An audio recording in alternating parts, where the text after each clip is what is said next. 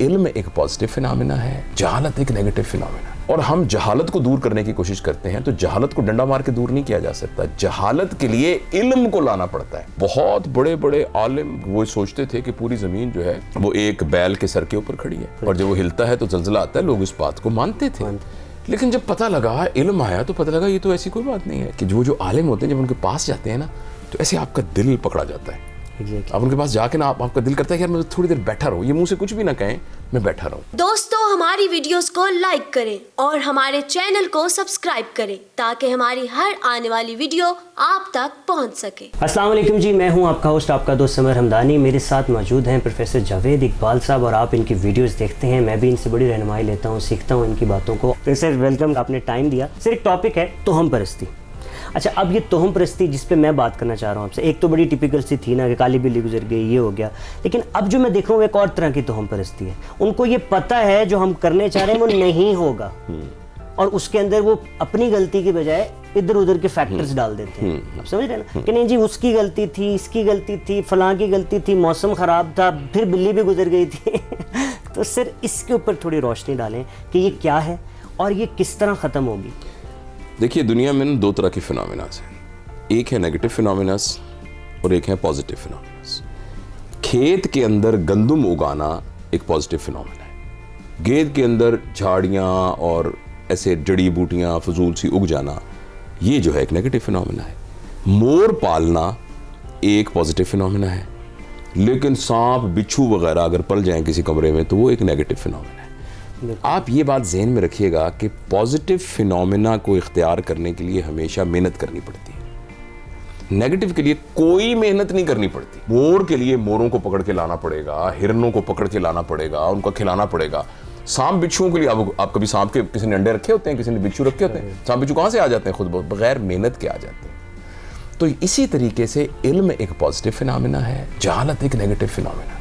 جہالت کو لانے کے لیے کوئی محنت نہیں کرنی پڑتی، جہالت کچھ ہوتا ہی نہیں، جیسے اندھیرا کچھ بھی نہیں ہوتا، ایبسنس آف لائٹ از اندھیرا۔ اسی طریقے سے توہم پرستی، جہالت، یہ علم کا اپوزٹ ہے۔ تو یہ جب ہمارے ہاں توہم پرستی اور جہالت ہوتی ہے اور ہم جہالت کو دور کرنے کی کوشش کرتے ہیں تو جہالت کو ڈنڈا مار کے دور نہیں کیا جا سکتا، جہالت کے لیے علم کو لانا پڑتا ہے۔ دا مومنٹ لائٹ آتی ہے تو اندھیرا ختم ہو جاتا ہے۔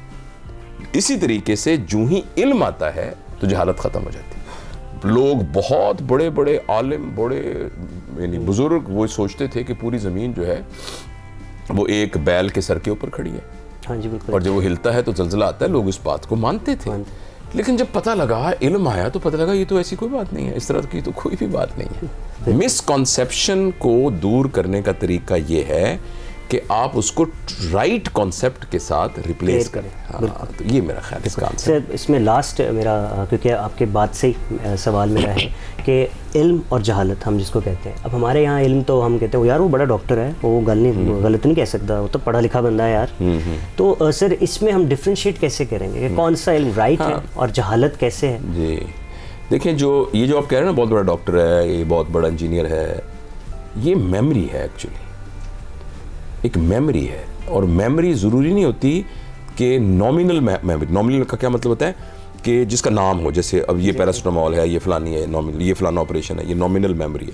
اس طرح ایک ایپیسوڈک میموری ہوتی ہے جو کہ واقعات سے متعلق میموری ہوتی ہے۔ پھر ایک کنڈیشنل میموری ہوتی ہے کہ ان نامینل اور دونوں میموریز کو میں نے استعمال کیسے کرنا ہے، اس کو جس کی وجہ سے پروسیجر، جیسے نا اب گاڑی چلانا ہے، گاڑی چلانے کے لیے آپ کو جو میموری چاہیے وہ نامینل نہیں کہ یہ گیئر ہے، یہ کلچ ہے، یہ بریک ہے، یہ ہارن ہے، یہ نامینل میموری ہے۔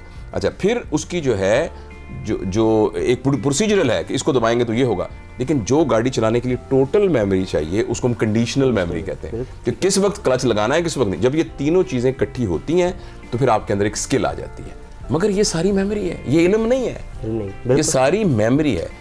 علم وہ ہے جو کہ ایک انسان کو اندر سے تبدیل کر دے۔ نالج کی ٹیکسٹ بک ڈیفینیشن یہ ہے، میں انگریزی میں بتاتا ہوں، بھی کوشش کرتا ہوں اردو میں کرنے کی، acquisition of new knowledge, skill, ایٹیچیوڈ، بیہیویئر اور پریفرنسز، بالکل preferences, which is going to change your value system is called knowledge۔ یعنی آپ کو یہ پتہ لگا کہ یار میں پہلے ان سے نفرت کرتا تھا, اب میں نہیں کر رہا.